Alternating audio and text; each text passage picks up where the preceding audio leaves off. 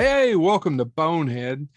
James, do you mind introducing our guest for us tonight? Because we have a special treat for everyone.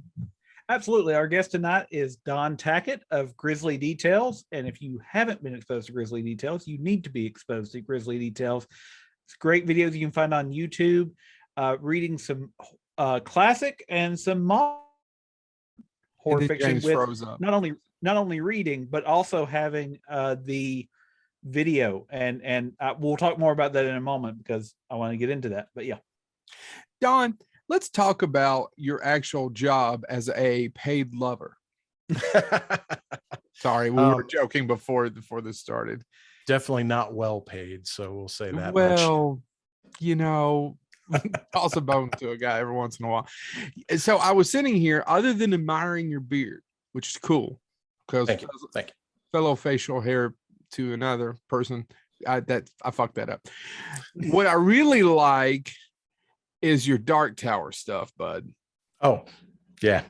I've had those three. I printed them out and just stuck them in a frame years ago. But yeah, I found these really cool barn wood frames at Hobby Lobby. Thought it was a pretty neat addition to the feel. Is that the Crimson King on my right? Your Yes. Yeah, that's so. And then the tower. And then at the doorway. Yeah. Well, it's always nice to get a fellow Stephen King fan on here. We only did 18 episodes on Stephen King. And actually it was fresh in my mind, Don, because I don't listen to a lot of podcasts, which I know was funny, but I was listening to the King Report or whatever it is. They got Stephen King. Oh yeah, I saw that it was on Twitter. I was like, wow, that's incredible. Yeah. Hey, mention me. Right. One of them is a screenwriter and interviewed him and met him before, but that's beside the point. Yeah, it was cool that they got Steven in it. He was talking about the Dark Tower and how it's never really ever done. It's always in the back of his head. So I agree. Don, this is a cliche question before my other fellow boneheads start asking, but I gotta ask before we get into your videos and because I was watching them and listening to them and I've enjoyed them quite a bit. Well, thank you. And you did right by Brandon Applegate. Yes, you did. That kid coming out, you did right by him. Yeah, you did. So that's my first thing that. Is to compliment and say I'm a fan now that James has introduced us to it and I enjoyed it. But what was the thing that made you so fucked up? Oh, wow. I usually say, what's the bug that bit thing? you? Well, which is but I do want to ask, and it is a hackneyed question because I'm always fascinated when we meet a fellow geek. And most of the time, even if it's a writer, director, production designer, we've had them all. We normally find out in 10, 15 minutes, oh, this is just another nerd. Happens to be more successful in the film industry than we are because they're more talented, but at the same time, another nerd. Right. So when did it start? I was trying to go through this earlier today just in case. It had to be sorry. No, that's fine. It had to be early 80s, 82, 83 maybe. Staying overnight with a cousin. We sat up late, watched movies. The last movie we saw was Friday the 13th, Part 3. That's a good one. Jason bursting out of the house, running at her, and then Pamela coming up out of the water. That probably was the beginning. And it was that's the one with the hockey mask. Everybody forgets. Well, I shouldn't say everybody. We don't, but the people who are just casual. Is that Friday? The mask didn't show up to Part 3. That's right. Now, so when you watched it, because I want to know if you had the same experience as me when I watched this for the first time. Did you know it was originally meant to be in 3D? I did. We didn't watch it in 3D. It was on cable at the time. So, yeah, I watched it on VHS copy, and I'm like, why is everything so close to me? Like, when he squashes the guy's face, I'm like, it was just so but like, oh, it was supposed to be meant in 3D. So I didn't know. I did not know that for years later that it was actually 3D. Sorry, cut to Chad with his face always smashed up to the TV going, why is everything so close? No, even the head popping scene when I was a kid, I laughed. It was so ridiculously silly. Well, have you guys ever watched Jaws? I mean, Jaws 3 was supposed to be Yeah. in 3D, and then Yeah. and the shark when it comes. I mean, past that the movie's not very good. I mean, it just looks god awful. Same thing with the ending of kind of Freddy's Dead, which I did see in the theater in 3D, and now it just doesn't. It's like, why did they do this? Oh, because it was in 3D. Yeah, most of those films don't hold up very well. I do remember Jaws 3, though. I saw it in the theater in 3D, and Did like you really? yeah, when it exploded at the end, the chunks were floating like in the seats in front of me. It was pretty cool. Now that I would enjoy. I would buy a Blu-ray of that or a 4K of that so I could experience that in my house. So that was what kind of was. So when did you get into, what else did we get into? What were some of the things that you like to read? What were some of your favorite movies? What were the things that you just became obsessed with? Because I can see the Stephen King. Yes. Other than, or as far as movies are concerned, typical fare. Star Wars, Star Trek, just about anything sci-fi. Horror, like I said, came around in the early 80s to mid 80s. As far as books, it was it was mostly comic books starting out. I read those. Yeah, I've read comics since I can remember. As far as novels or short stories, started with Stephen King's Cujo.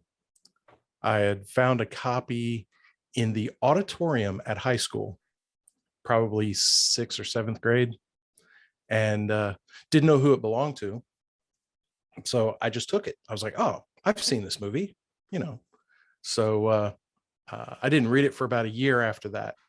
And then when I did read it, I was like, oh, this is really good. And then I was introduced to his novel, It. And that pretty much sparked my just reading frenzy. I couldn't stop after that.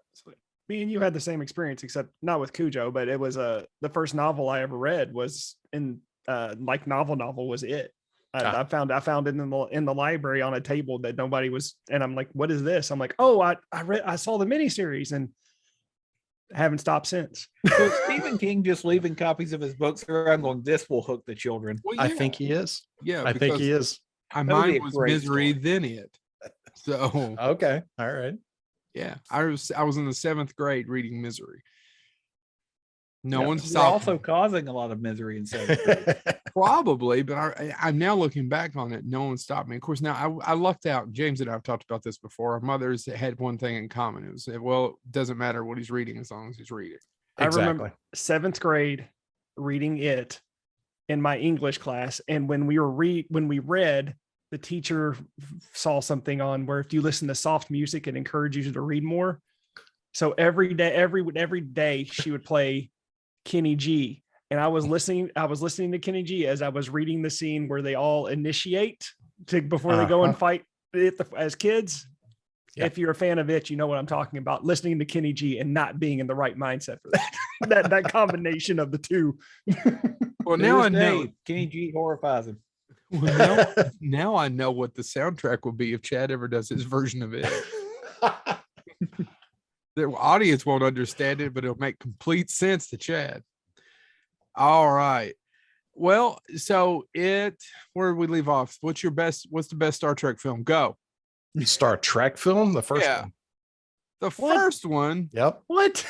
No, I mean, it's the most Star Trek of the Star Trek. The motionless James, picture? Shut your kiss ass mouth. That's not bad. The motionless picture. I like that. No, don't get me wrong. Wrath of Khan was fantastic. And I don't know, it's just like that. It was that stepping off point from the series. Yeah. It was that, oh, this is actually a thing now. More so than just the series. So I understand. Well, favorite Star Trek series. I'm sorry, what was that? Favorite Star Trek series. Next Gen. Okay. Only because that's probably the most consecutive episodes I've ever watched. Gotcha. So I don't know. I was about to take a geek card, but I'm pretty happy with all the Dark Tower behind him. he somehow wooed his way. Now I know why he's a paid lover. Now I know. Yep. I That's figured that's it how. out, bud. You knew how to. What do you? Oh yeah, it's turning around. I was like, what came in? So, did you go to college? What did you want to work in movies? What did you want to do? Animation? Kind of tell me about when you got to high school and started thinking about what you wanted to do. Well, in high school, I had, I don't know, 7 or 8 art classes in one year. Uh-huh. And then I went to art school for advertising art. So magazines, newspaper, that type of thing.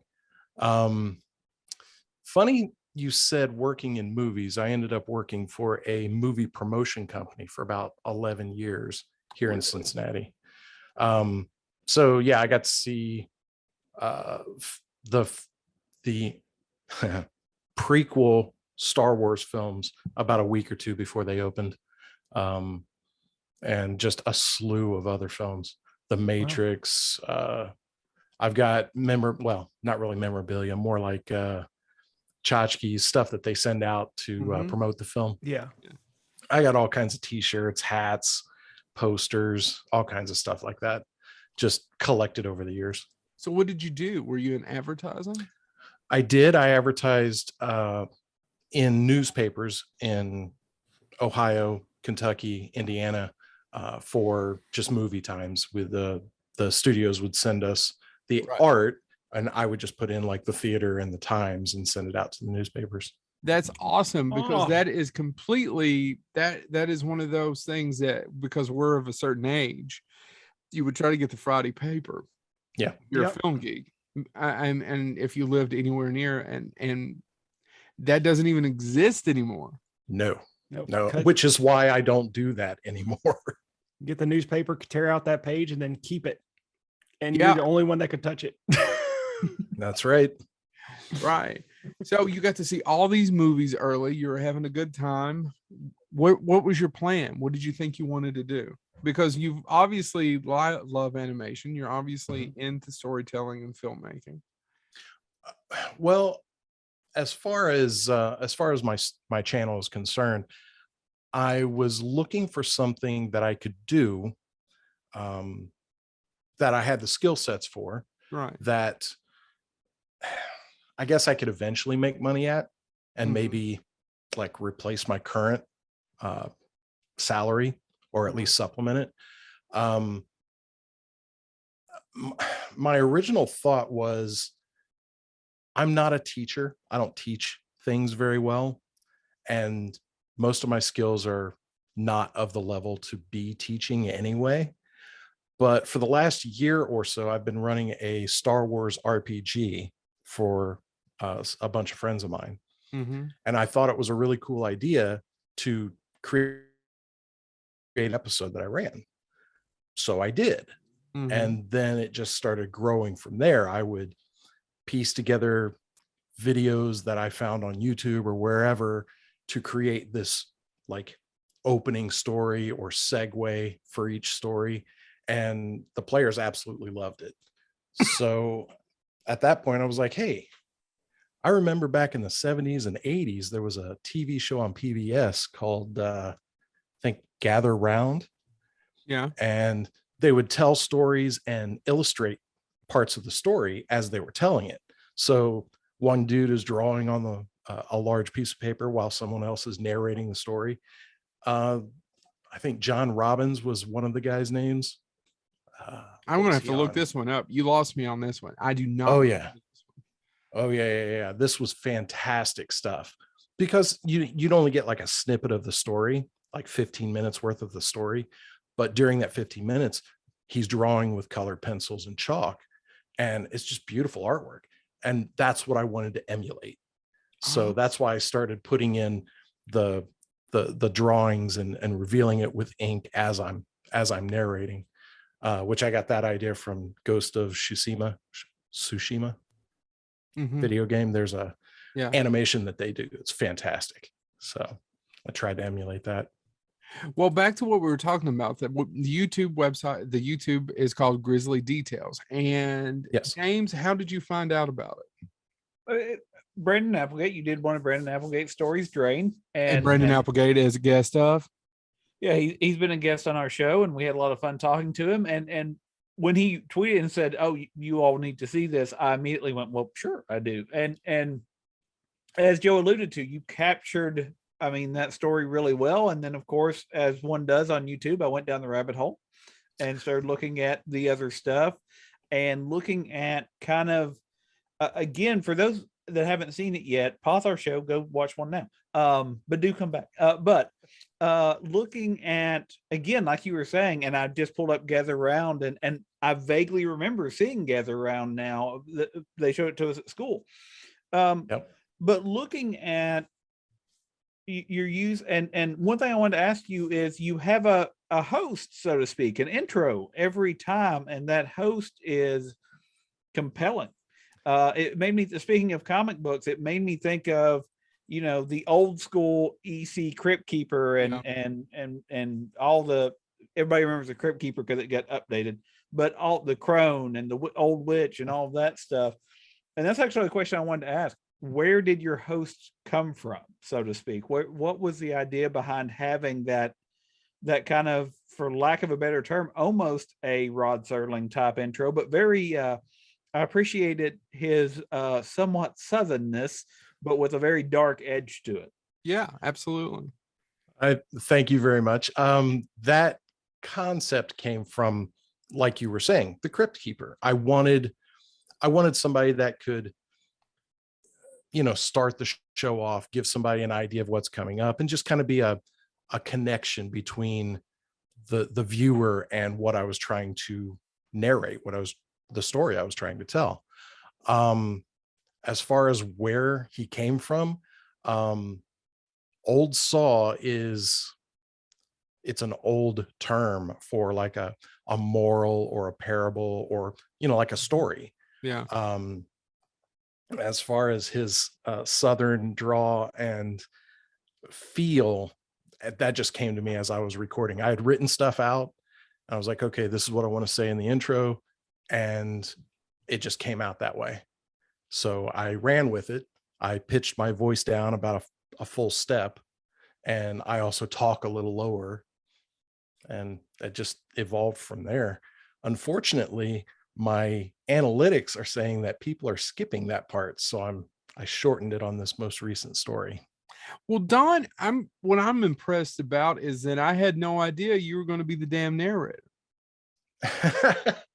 That's what my mom said when she first heard it. I'm glad I said like your mom, but I'm serious now that I'm talking to you, because we were about 2-3 minutes into it, and I go, shit, is that his voice? He didn't hire somebody?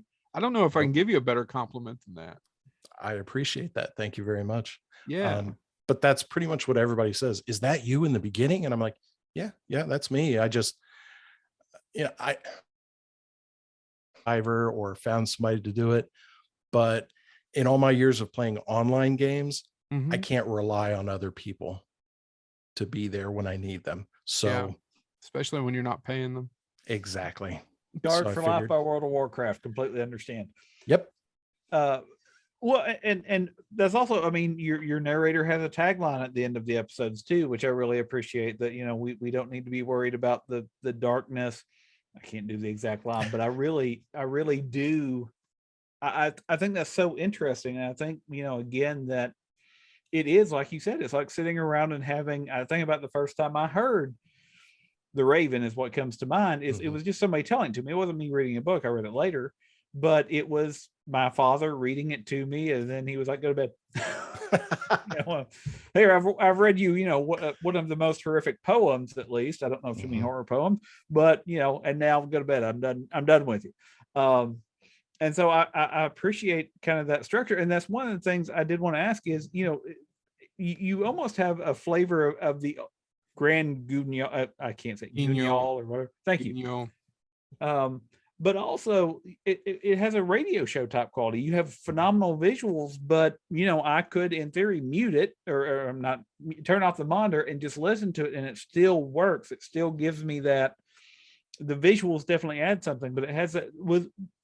Did you listen to radio programs, or is it just something that naturally evolved?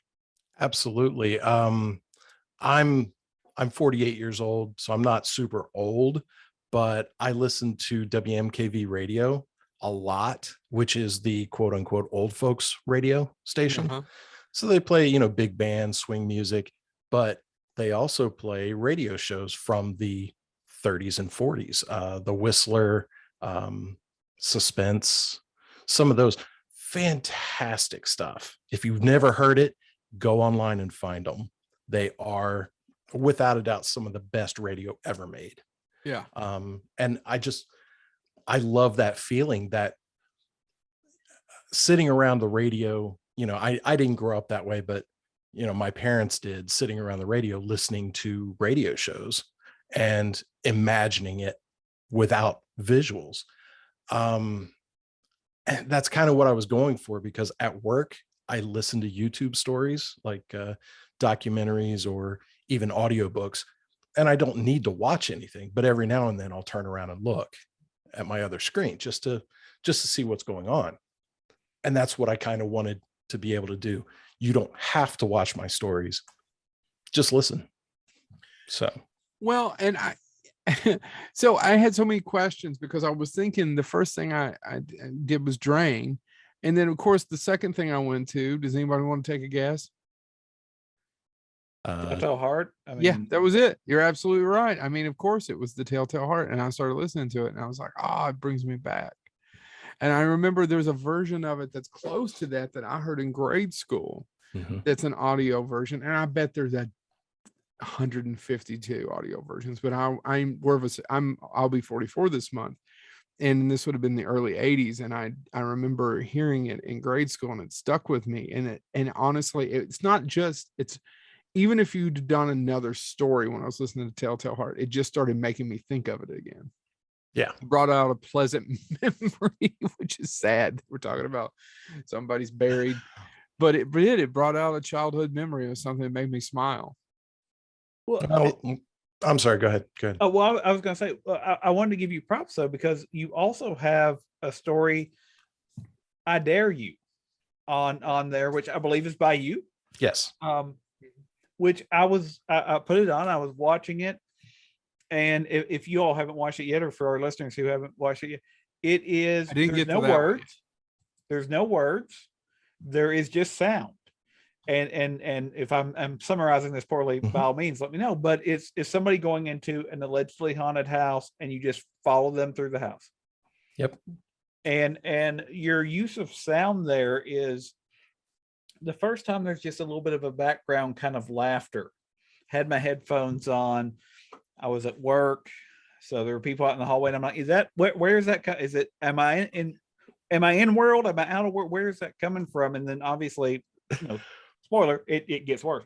But with that in mind, you know, as you thought about adapting that, and I believe in the comments you say that you originally kind of did that in 2010. How do you? Well, I'll say it like Joe would say it. That took balls of steel. I mean, to be telling a story. I don't and do always it talk slowly. about his balls. No, well, you There's usually other don't say body it about parts. me, but you've said it to other guests that, you know, it takes a lot of guts to be telling a story and then say this one's going to be only audio, and you do give like a drawing of where they are in the house. But as you thought about putting that together, either in 2010 or for this show, what was your thought process on that? Because it is decidedly effective. But I was just wondering what that was like to put that together, and how that varies from doing Drain or Poe or something like that. Well, the original concept came from I was taking online classes for web design, and there was an audio course that I had to take. And at the time I had been recording music with a buddy of mine, and he had a portable 4-track, you know, battery powered. You could take it anywhere and just plug in a microphone and record whatever. And this concept came up for an assignment to, you know, do a story without telling any words. And I was like, well, that's kind of vague. And I just had this idea to do a haunted house because, you know, I grew up with the haunted house record. Right. I guess Disney, I think, made it. You know, there's so a dozen, but that's probably the one that everybody had. Yeah. exactly. Right. So I went over to his house. We recorded about 80 or 90% of the sounds just around his house. The falling on the roof part, scraping on the shingles, that's him. He climbed out on his roof of the porch and just scrabbled around to make that noise. And I just pieced it together the next day. I wrote the music in the background on bass and just ran a flanger and, you know, altered it to just sound interesting. And then downloaded the other little parts that I needed, the clock chiming, the fireplace catching fire, the plates and stuff like that. That's about it. And as far as putting it online, I agree that did take balls to do, but I didn't have anything to lose. So I just That's tried. what we say every week. and it's free. Exactly. It costs you nothing. Exactly. And we look at our little things, and it's like sometimes people tune out too. So I totally get it.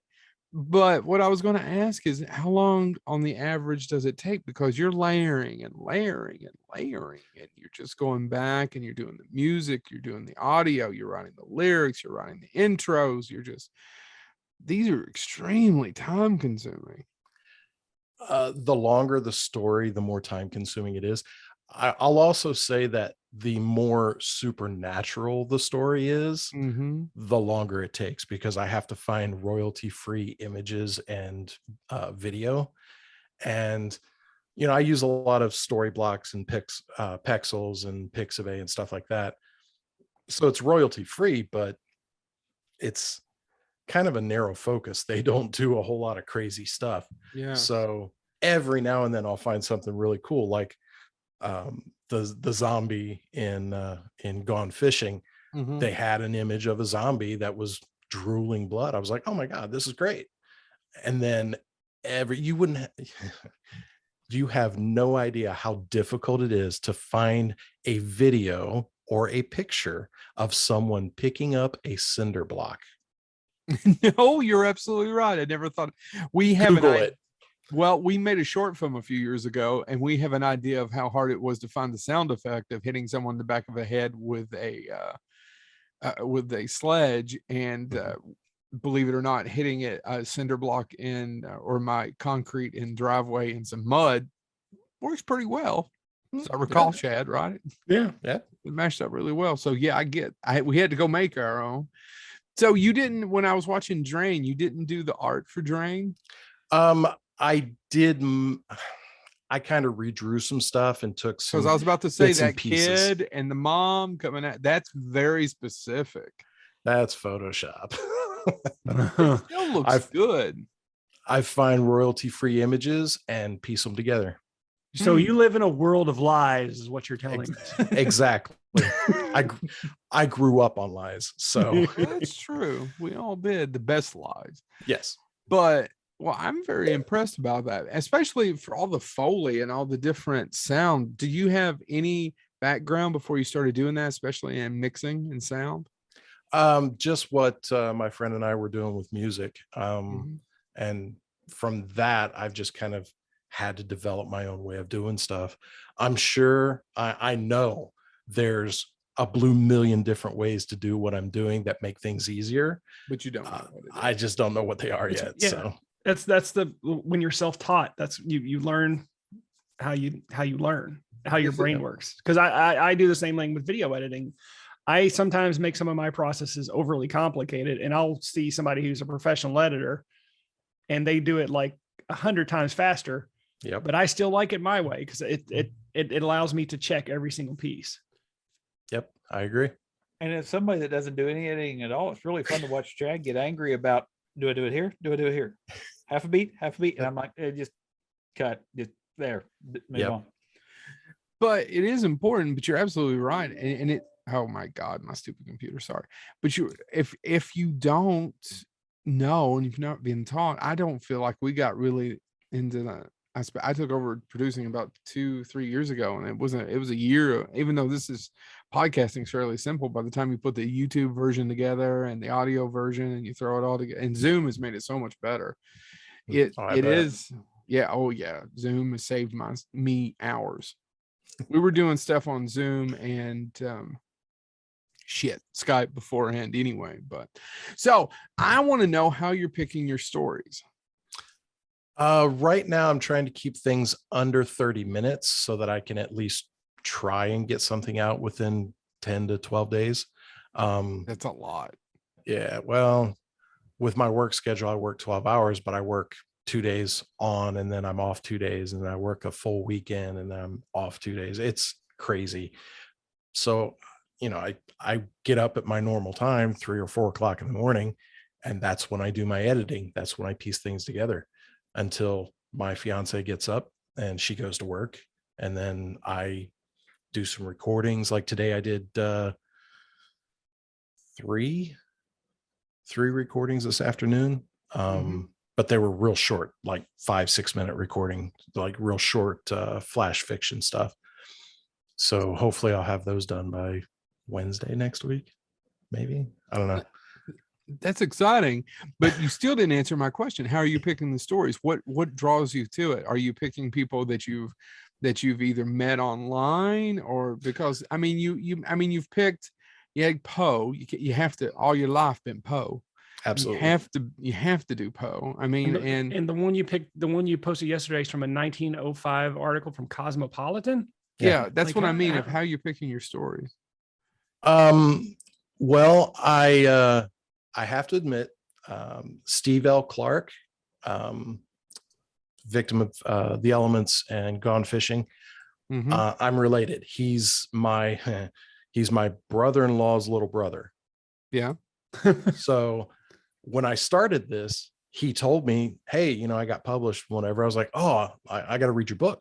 So I started reading his stories and I'm like, holy shit, these are great. And I asked him, I said, do you mind if I did a read of one or two of these stories? And he goes, no, go ahead. Absolutely. So I started with Victim of the Elements. And then I had gone fishing in my mind originally. But once I did Victims, I sent it to him. He loved it. And he was like, hey, one of my beta readers is also a published author. He did a bunch of short stories. Here's a link to his book. I bought his book and was like, oh, this is great. And that was Brandon. Yeah. So it's a small world. Exactly. I contacted Brandon. He was all about it. I picked a couple of stories. He just, he was like, just don't do this one. I think it was, is it Tea Party? Yeah. You guys talked about it on your podcast. He said, don't do that one because we just did it on a podcast. I was like, oh, okay, no problem. So yeah, I picked a couple of his stories, the ones that really spoke to me, and just sent them back to him, and he loved them. So it's a small world. We got with him because a friend of ours is a published author. Yep. And I've said this before many times. Writers are weird. Sometimes they'll come out and talk, and sometimes they won't. Sometimes the moon has to be just in the right. So it helps if they know someone who's been on your show. Yes. Which is true for most folks. We get checked a lot, but it helps if they know someone's been on your show. Well, that's great. Well, how did you pick? Or you always did Poe always be, oh, I need to do Edgar Allan Poe, I need to do that? Yeah. Telltale Heart has always been like definitely my favorite short story ever. Yeah. We watched, I'm sure, the same video that you watched back in grade school. I can't remember it. I remember it, but I don't. Do you know what I mean? It's like figments, and I couldn't track it down if my life depended on it. Yep. I guarantee you it's on YouTube, but I guarantee it is.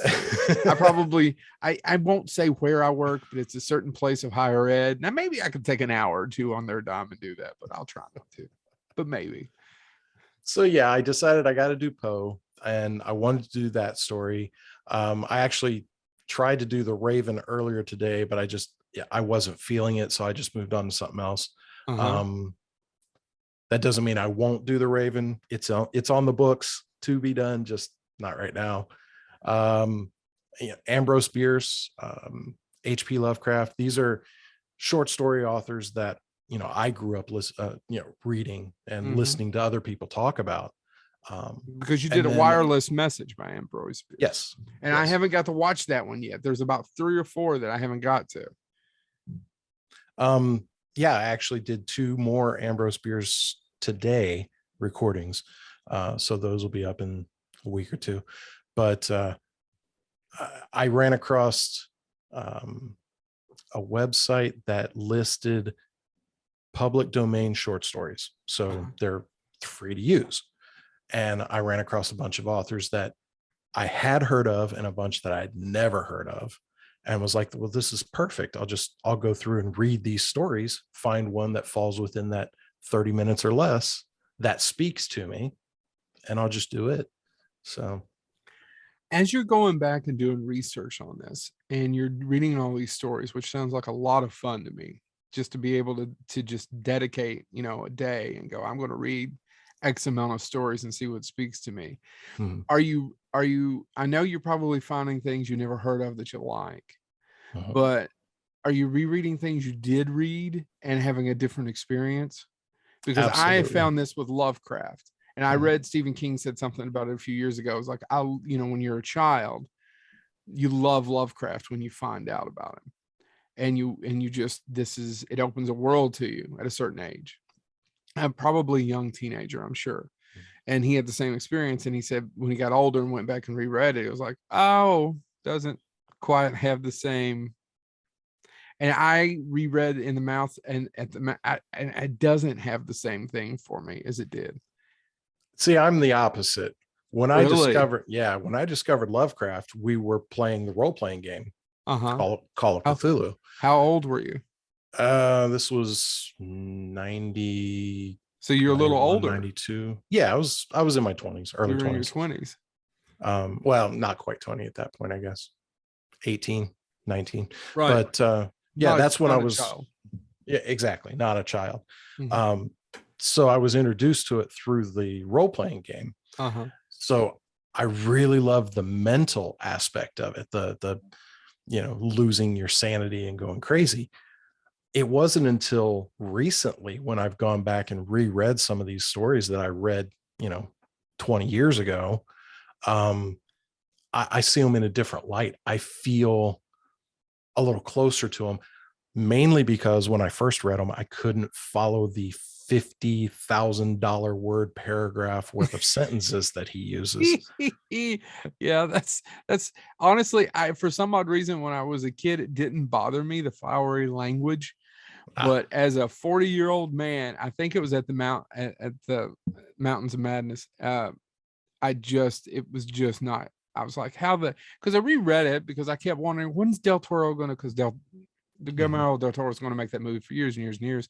And for some odd reason, a year or two ago, I just thought, I'll reread it. Blah, blah, blah, blah, blah. Why is it so hard? And I was reading and going, son of a bitch, how you make a movie out of this? It makes no damn sense. And they kind of go off and then it comes back. And then there's, but I love the idea of Lovecraft. I just did not have the same attachment to it that I did when I was a kid, when I was reading it.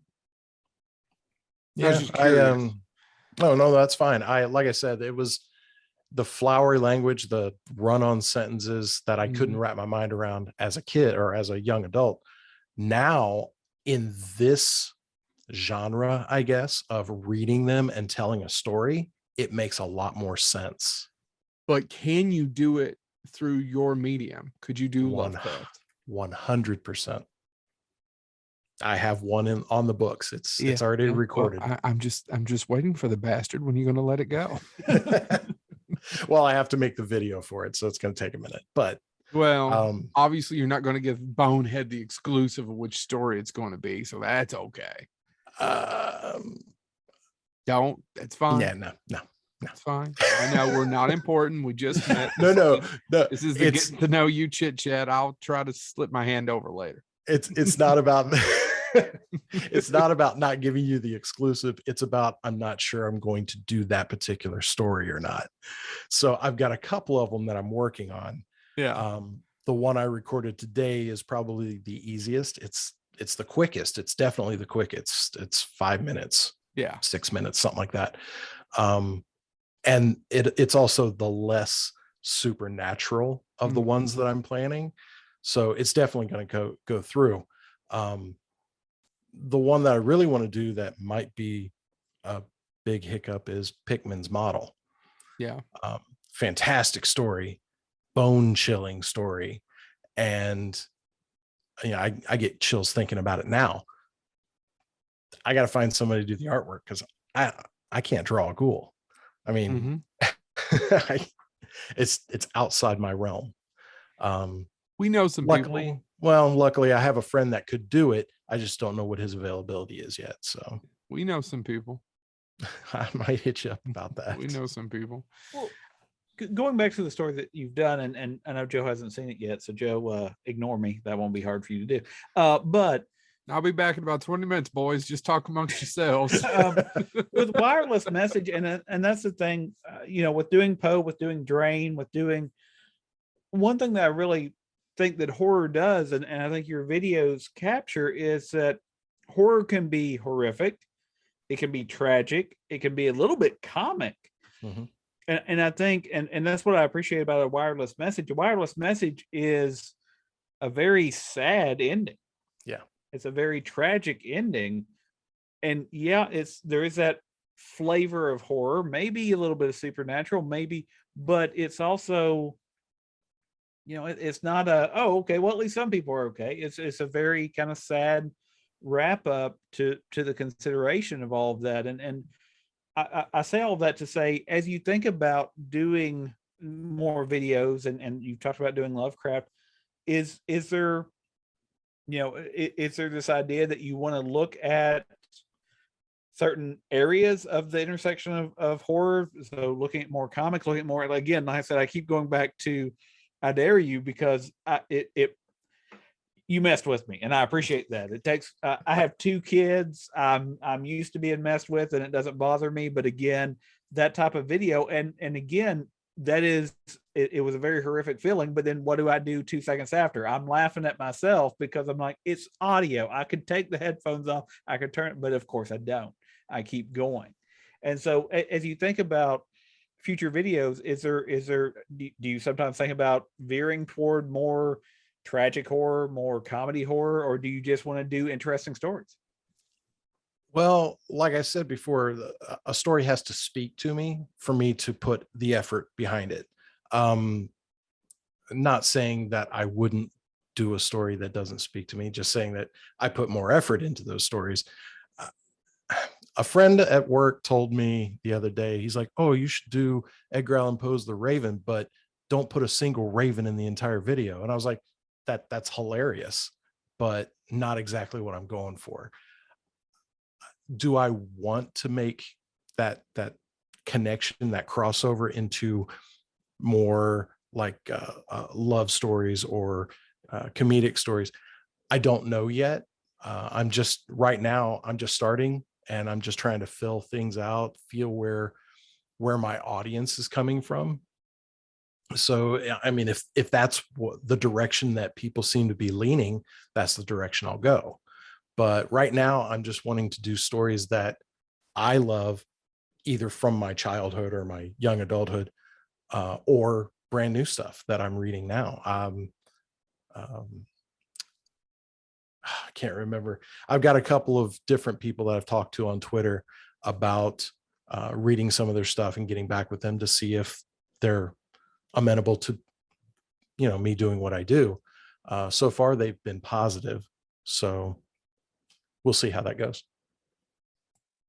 So what are some of the authors or some of the people you'd like to do that aren't available? Well, without paying? Stephen King, of course. Yeah, but he absolutely loves audiobooks. Absolutely loves it. And that would be the ideal, is saying, hey, Mr. King, look what I do. And him saying, oh, well, here's a story just for you to do. Mm-hmm. That would be ideal. Other authors, I mean, I'm open to anything short story. I don't plan on doing really long stories. I might hit an hour depending on the story, but I want to keep them about 30 minutes or less, just for the production aspect of it. other authors, I want to do more of Steve Clark stuff. I want to do more of Brandon Applegate stuff, but I don't want to do all of their stuff and nobody reads the book. So, Right. Which is actually, and I think that's another thing that I really appreciate about your work, though, is it does, I read Drain and I love Drain, and then I watched your Drain, and it's not necessarily what I pictured in my head, but they can live together, right? Mm. I mean, going back to Stephen King, his comment about people say my books have been ruined by movies. Nope, book's still on the shelf. that's And right. that sort of dynamic that exists, and the same thing with Poe, the same thing with Beer. I think the service that happens with your work, and I mean this extremely positively, is that we do live in a time where short stories don't always get their due. There's less publishing of short stories in magazines and things like that. And you're doing a great job of reminding people about how engaging these stories are, about how involved they are. Thank you. Thank you. And that's the whole point of this. I want to introduce people to maybe something they haven't heard in a long time, or something they've never heard, or something completely brand new. That's the whole point of what I've been doing with this. And hopefully that expands and I get more subscribers, and more people tell more people, and it just spreads from there. So, Don, would you like to do an audiobook? Would you like to actually read and do a whole book?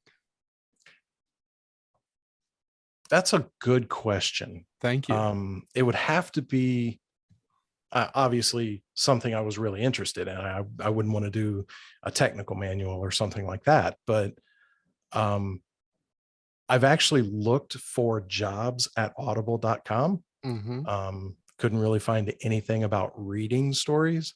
I don't know how they deal with that yet. So yeah, I mean, I'd do it if the book was right. I think you could do this with a novella as well.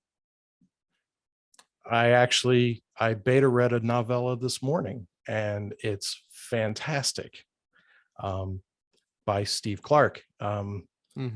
Fantastic. I won't say anything else about it.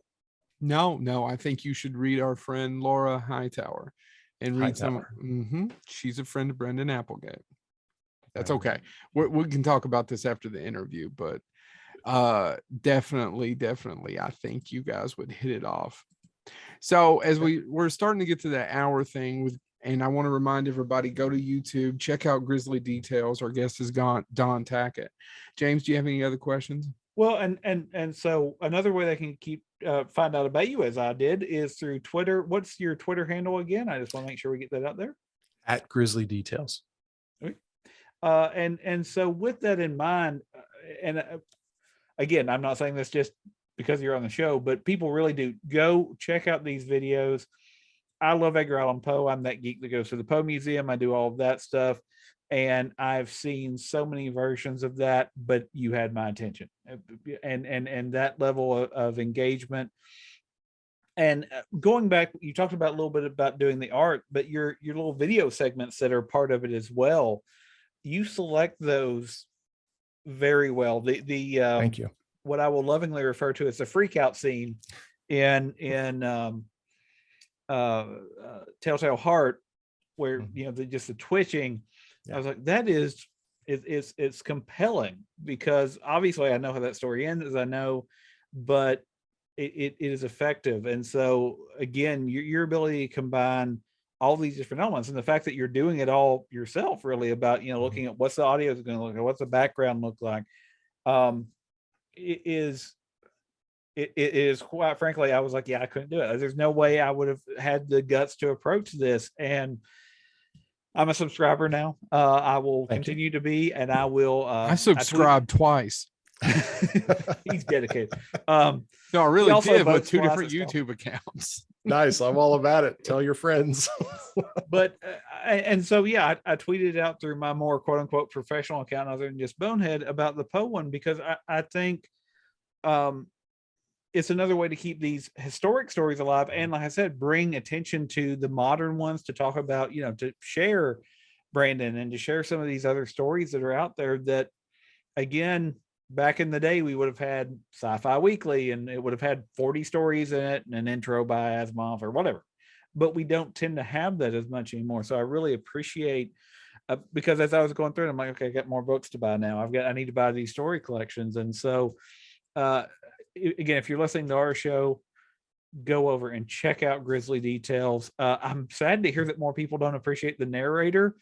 I would love to have that narrator could read. Actually, that's what I want. I want you to do as Old Salt. I want you to do Vincent Price's Treasury of Great Recipes. Just read me the recipes in that voice. I will lovingly buy that book. I'll sit there and be like, yeah, that's what we're doing for dinner tonight. That'll be great. I actually own that cookbook by Vincent Price and his wife. Yep, I do do. as well. Did you get it signed by Victoria, his daughter? No, I did not. Well, there you go. We had to do one up you on a pissing contest.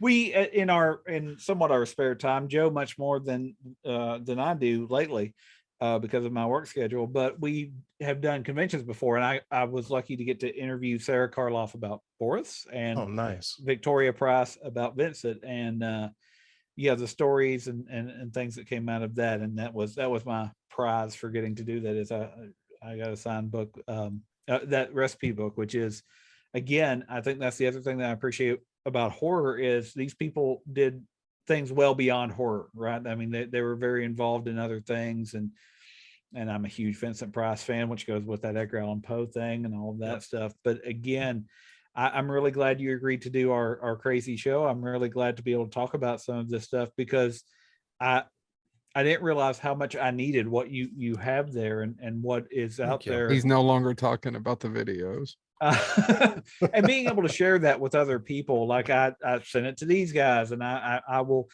you will get retweeted for a long time to follow, because I'm fascinated by this, and I really do appreciate the ability to share these stories. So thank you for what you're doing. Thank you. One I more time. appreciate all of you. Well, that's okay, but one more time, Grizzly YouTube. One last question before we go. Since you screwed up the Star Trek one. What's your favorite Star Wars film? Oh, Jesus. No, Joe. See, here's the problem. There are no problems. There's only one correct answer. and that coincides with my answer. There are no individual Star Wars films. I see it as one single story. So if I had to put a number on it, it would have to be Empire. Well, okay, that's all you needed to say. You should have just opened up with that, and then I would have said, okay, now we can be lovers. Grizzly Details, go out and listen and watch. Anyway, Joe's putting on a show. His favorite Star Wars movie is Caravan of Courage. It's up there. It's up there. It's up there. At Wilford Brimley. I have fond memories. I haven't seen it since I watched it the first time, but I have fond memories. I tried. On Disney Plus. They do have it on Disney Plus with the Ewok. All I can tell you is Star Wars Droids has an underrated theme song. I will go to my grave defending it. I am indeed in trouble again. All right, listeners, Nice. we want you to go out there and we want you to check out Grizzly Details. Please watch it, listen to it. We had a lot of fun with it. Thank you, Don, so much for giving us an hour of your time. We're going to push stop record here, and then we'll talk to you about something real quick. All right, thanks. All right, thanks, man.